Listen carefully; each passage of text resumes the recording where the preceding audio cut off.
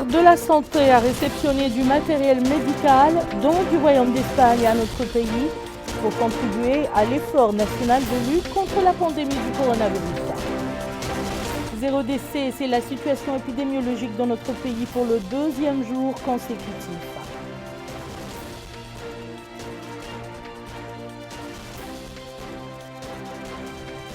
Le respect des mesures barrières est-il encore d'actualité dans la ville de Kaïdi? C'est ce que nous allons voir en fin de ce journal. Voilà, monsieur, bonsoir. Avant de passer au développement de ces titres, le courrier du président de la République, monsieur Mohamed Ould Cheikh El Ghazouani, a adressé un message de félicitations à son Excellence Alexandre Loukachenko, président de la République de Biélorussie, à l'occasion de la célébration de la fête nationale de son pays. L'occasion pour le président de la République d'exprimer à son homologue ses chaleureuses félicitations et au peuple biélorusse ami plus de progrès et de prospérité. Le ministre de la fonction publique, du travail et de la modernisation de l'administration, Dr Kamara Saloum Mohamed, a participé aujourd'hui à une rencontre par visioconférence des ministres africains du travail sur la pandémie du coronavirus. La rencontre organisée par le Bureau international du travail prépare le sommet du travail qui se déroulera du 7 au 9 juillet 2020. Amina Sakana. Le ministre de la fonction publique du travail et de la modernisation de l'administration a pris part aujourd'hui à la conférence vidéo virtuelle organisée par l'OIT en prévision de l'incidence de la pandémie de la Covid-19 sur les travailleurs et les entreprises. Comme vous connaissez, tous les systèmes de santé ont été touchés par ce système et la pandémie a engendré des bouleversements socio-économiques énormes.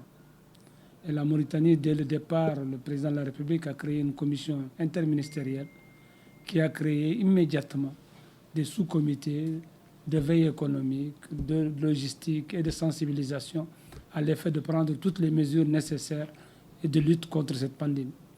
Et ces mesures ont été prises par ordonnance conformément à l'article 60 de la Constitution, en Conseil des ministres. Il s'agit essentiellement de la fermeture des frontières maritimes, aériennes, terrestres.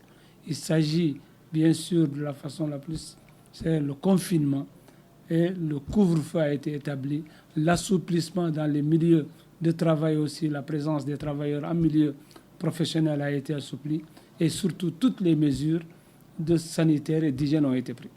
Dans cet élan, cet appel à la solidarité nationale, au devoir civique, le président de la République a créé un fonds de solidarité qui s'élève à 25 milliards d'euros à la disposition des populations les plus touchées, les plus fragilisées et les vulnérables.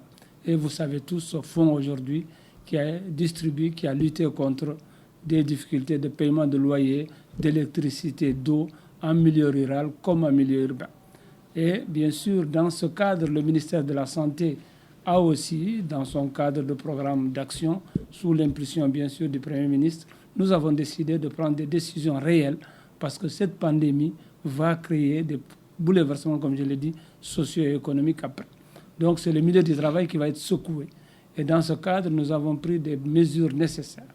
La première mesure nécessaire, c'est aujourd'hui que l'après-Covid va créer des problèmes. Donc pour éviter que des problèmes arrivent et pour trouver des solutions appropriées, il est plus essentiel aujourd'hui de redynamiser notre Conseil national du dialogue social. On prit part à cette rencontre le secrétaire général du patronat mauritanien, des représentants des syndicats des travailleurs.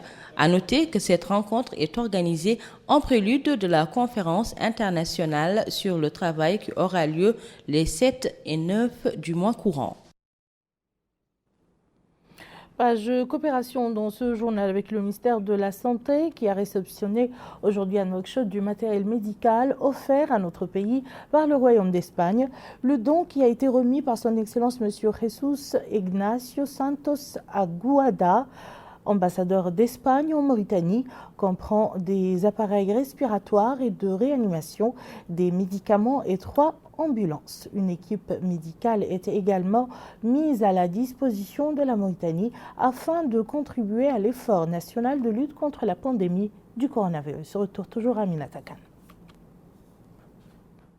Le ministre de la Santé a réceptionné aujourd'hui un don du gouvernement espagnol composé de 3 ambulances et d'un lot de matériel, en plus des médecins venus soutenir leurs confrères mauritaniens dans la lutte contre la propagation de la pandémie de la Covid-19. Ce don qui vient à point nommé au moment où nous sommes en train d'engager une coopération efficace dans le cadre de la prise en charge des malades avec nos collègues espagnols. L'arrivée de cette équipe est très importante pour nous. D'abord, elle manifeste un engagement du côté espagnol. Et deuxièmement, elle vient non seulement travailler avec les collègues mauritaniens sur la prise en charge, mais aussi permettre un transfert de compétences qui va rester pour la Mauritanie. Et comme on en a déjà discuté, ce n'est que le début de cette coopération de transfert de compétences qui va durer dans le temps, je l'espère, et qui permettra de donner des compétences au-delà du Covid, des compétences à notre système de santé. Ce dont aujourd'hui vient à point nommé parce que ce soit dans ces équipements de respirateurs ou que ce soit dans ces médicaments, il viendra soulager des Mauritaniens qui sont aujourd'hui atteints par le Covid et qui sont aujourd'hui pris en charge de manière assez efficace par les médecins mauritaniens qui vont tirer profit de l'expérience de leurs collègues espagnols qui ont déjà vécu cette situation. Et donc j'en appelle à tous pour que vraiment ce travail soit fait de manière très collégiale, que nos collègues espagnols s'intègrent effectivement dans nos services de santé et que nos collègues mauritaniens puissent en tirer profit.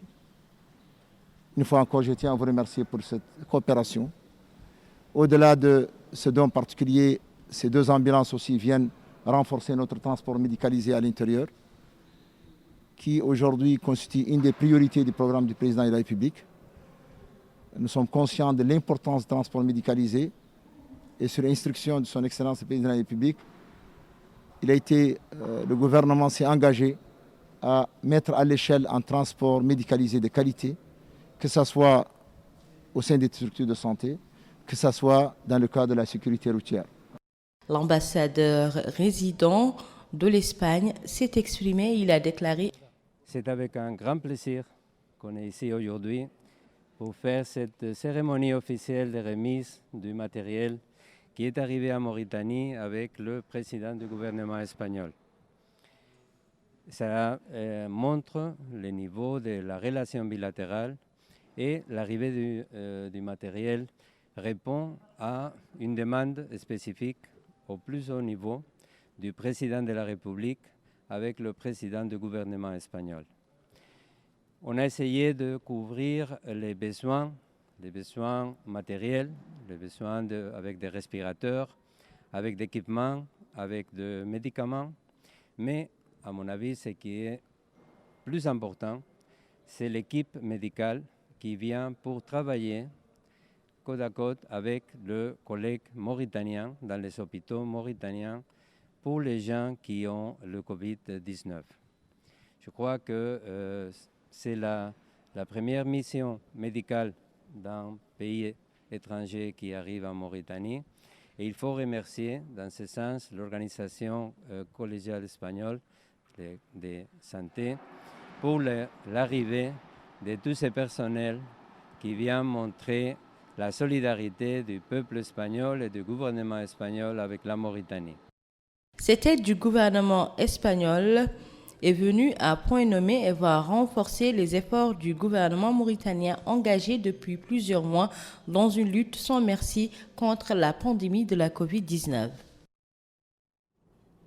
Direction d'Arlet Nouadhibou, où le ministre des Pêches et de l'Économie maritime a rencontré les acteurs de la recherche scientifique dans le secteur halieutique. L'objectif de cette rencontre est d'inscrire le secteur dans le registre de l'innovation.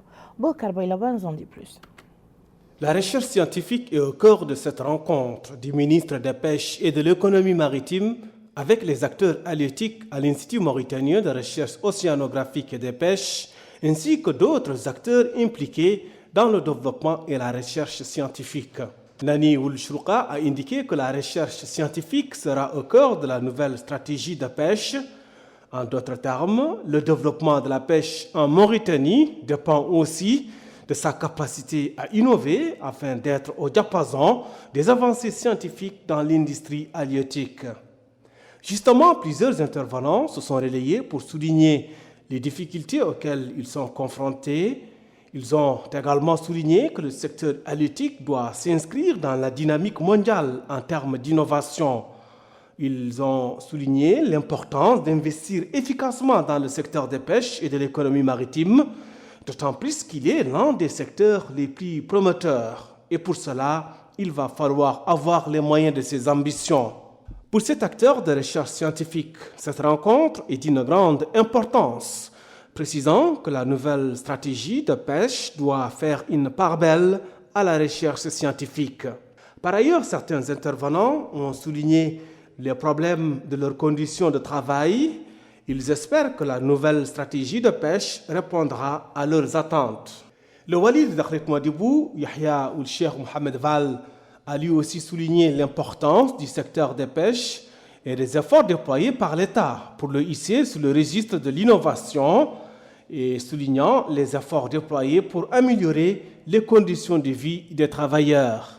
Pour rappel, la nouvelle stratégie de la pêche est prête. Elle a été élaborée en concertation avec tous les partenaires du secteur. Elle sera soumise prochainement à l'approbation du gouvernement. Fin de la visite de travail et d'information du ministre de l'Équipement et des Transports, M. Mohamedou Ahmed Domhaimid. Une visite qu'il a menée dans plusieurs wilayas du pays où il s'est informé sur l'état des travaux des routes et de construction et réaménagement de barrages. Au cours de ces visites, M. Mohamedou Ahmed Domhaimid a donné des instructions pour le recours à la main-d'œuvre locale et l'accès des populations des villages aux puits artésiens construits par les entreprises exécutant les projets tout en insistant sur la qualité des travaux.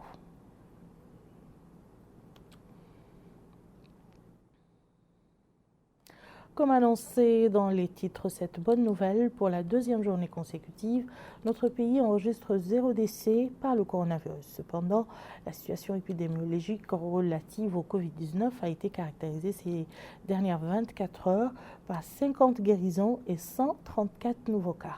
Écoutons à ce sujet Dr Sidi Zahaf qui s'exprimait dans son point de presse quotidien.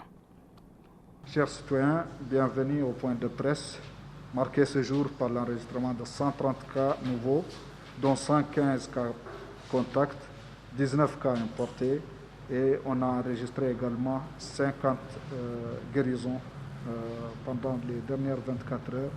Et alhamdulillah, on n'a pas eu de décès pendant cette même période.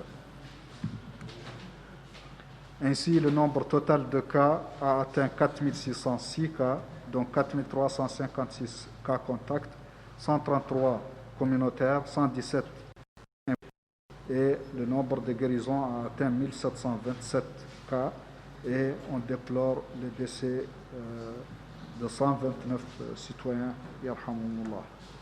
Les cas actifs aujourd'hui sont au nombre de 2750, dont 2307 sans signe, 433 présentant des signes légers et 10 cas nécessitant un suivi rapproché. Pour ce qui est des tests de dépistage, on en a fait 882 pendant les dernières 24 heures, dont 90 tests de suivi, 792 tests de diagnostic et leur nombre total depuis le début a atteint aujourd'hui 42 744. Les tests des dernières 24 heures se répartissent ainsi qu'il suit entre les régions: 46 au Hod Sharqi, 12 au Hod Larbi, 25 à Nasaba, 12 au Gorgol, 20 au Brakna, 6 du Trerza, 5 à Nadra, 16 à Nouadhibou, 33 de Tagan, 12 du Guidimaka, 8 à Tirzamour, un test à Inchiri, 428 à Nouakchott-Ouest, 151 au nord et 107 au sud.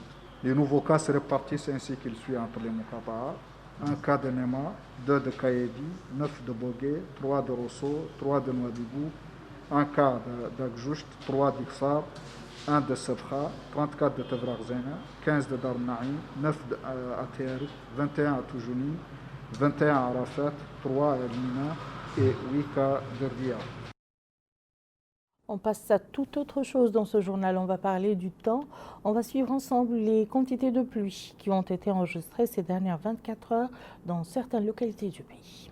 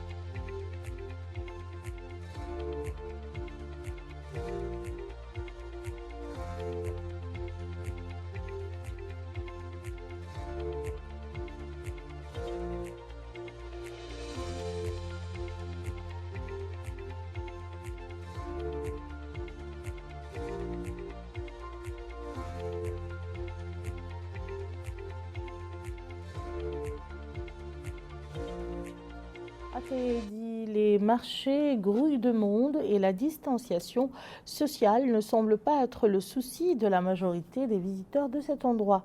Pour bon nombre de personnes interrogées par Al Mauritania, il y a eu un relâchement dans le comportement des populations. Abdullah Damaba. Le marché de Kéidi aux premières heures de la matinée est marqué par une forte concentration humaine. Les vendeurs sont un peu partout dans les différents points de ce lieu de vente, ce aussi avec des mouvements incessants de véhicules.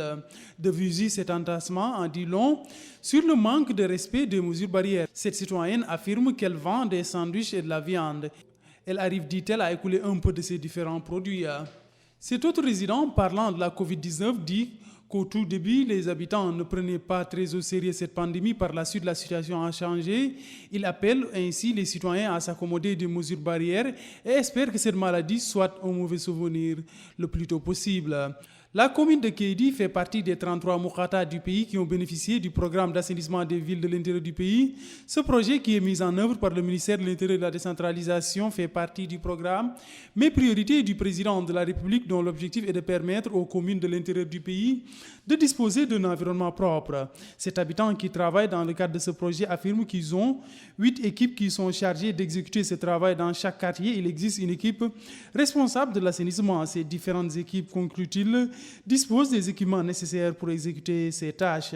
Cet employé qui a été recruté pour ce programme indique qu'ils ont des gants et des masques, ce qui, affirme-t-il, est nécessaire particulièrement pour quelqu'un qui exécute des tâches liées à la propreté. Avec l'avènement du coronavirus, il est important, dit-il, de prendre des précautions pour se prémunir dans ce cadre. L'hivernage s'annonce à un bout où les éleveurs commencent à sentir les effets positifs des premières pluies qui se sont abattues sur la ville. Pour accompagner ce début d'hivernage, les autorités administratives au niveau de la wilaya continuent l'opération de distribution d'aliments de bétail, comme le constate Bokar Bailaba. L'hivernage a déjà pointé son nez dans la Moukata d'Ombout au Gorgol. Les éleveurs attendaient impatiemment cette saison pour reprendre leurs activités pastorales. En attendant l'arrivée des grands pâturages, les éleveurs bénéficient déjà d'aliments de bétail. Cette opération s'inscrit dans le cadre du programme pastoral spécial destiné à atténuer les effets du déficit pluviométrique de la saison passée. Ainsi, le Hakam d'Ombout, Sidi Mohamed Abdallahi Bounani, a expliqué que la Moukata a bénéficié d'environ 1200 tonnes d'aliments de bétail répartis entre les 9 communes. Il a précisé que le programme pastoral spécial vient soutenir les éleveurs pour faire face à cette situation difficile. En d'autres termes, le programme pastoral spécial vient en point nommé car il permettra aux cheptels de compenser le manque de pâturage dans la Moukata. On ne peut que remercier le gouvernement sous la présidence du président de la République, Ould Ghazouani, et son premier ministre qui pilote ce comité du ministère du Développement rural, du ministère de l'Intérieur et du commissariat à la sécurité alimentaire. La commune d'Ombout, elle a bénéficié de 350 tonnes d'aliments bétail, dont 240 tonnes de blé et 110 tonnes de racal. Mais on sait que, soi-disant, dans cette commune, elle est très grande. Et c'est une commune des éleveurs. Il y a excessivement trop d'éleveurs. Et aussi, il y a des nomades qui viennent en transit en Bout. Donc, quand ils sont dans la commune de Bout, on est obligé de leur donner une part pour leur bétail. Donc, l'État a dit que ça, c'est pour la Mauritanie. Et pour tout Mauritanien, même si c'est en transhumance, qu'on doit lui donner une part de ces aliments bétail. Brahim Mahfouz, au niveau du commissariat à la sécurité alimentaire à Mbout, explique que l'opération se déroule dans de bonnes conditions dans ce point de vente ouvert à cet effet dans la Mokata. En somme, cette opération est basée sur un plan rationnel qui permet d'accélérer la vente d'aliments de bétail en coordination avec tous les services compétents de la Mokata de Mbout. Restons à Bout où l'arrivée des pluies est accompagnée par les délestages d'électricité, des ruptures de courant qui gênent les commerçants à qui elles font subir d'énormes manques à gagner, mais aussi des dégâts de matériel électroménager considérables. Abdullah Damaba. Les perturbations liées à l'approvisionnement en électricité au niveau de la ville de Mbout sont récurrentes. Ce problème auquel sont confrontés les différents quartiers de la Mokata de Mbout se répercute sur l'activité commerciale des commerçants de ces localités, et ce particulièrement dans le cadre de la conservation de leurs produits. C'est ce qu'exprime ce citoyen. Il indique que cela endommage leur glace qu'ils préparent. Cette vendeuse précise aussi qu'elle achète des poulets qui, à la longue, sont dans un mauvais état à cause des ruptures enregistrées dans l'approvisionnement en électricité. Elle a par ailleurs affirmé que ce problème d'approvisionnement en électricité est à l'origine du dysfonctionnement de 2 de ces appareils électroménagers. Ce soudeur métallique affirme qu'ils peuvent rester de longues heures sans électricité. Ce désagrément, souligne-t-il, est un problème aussi bien pour les soudeurs que pour ceux qui cherchent à réparer leur matériel défaillant.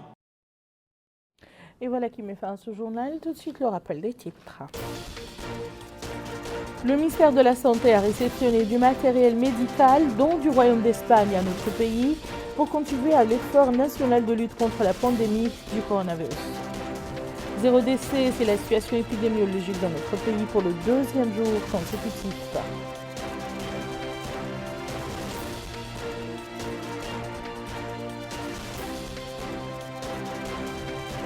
Le respect des mesures barrières est-il encore d'actualité dans la ville de Kairedi? C'est ce que nous avons vu ce soir dans ce journal.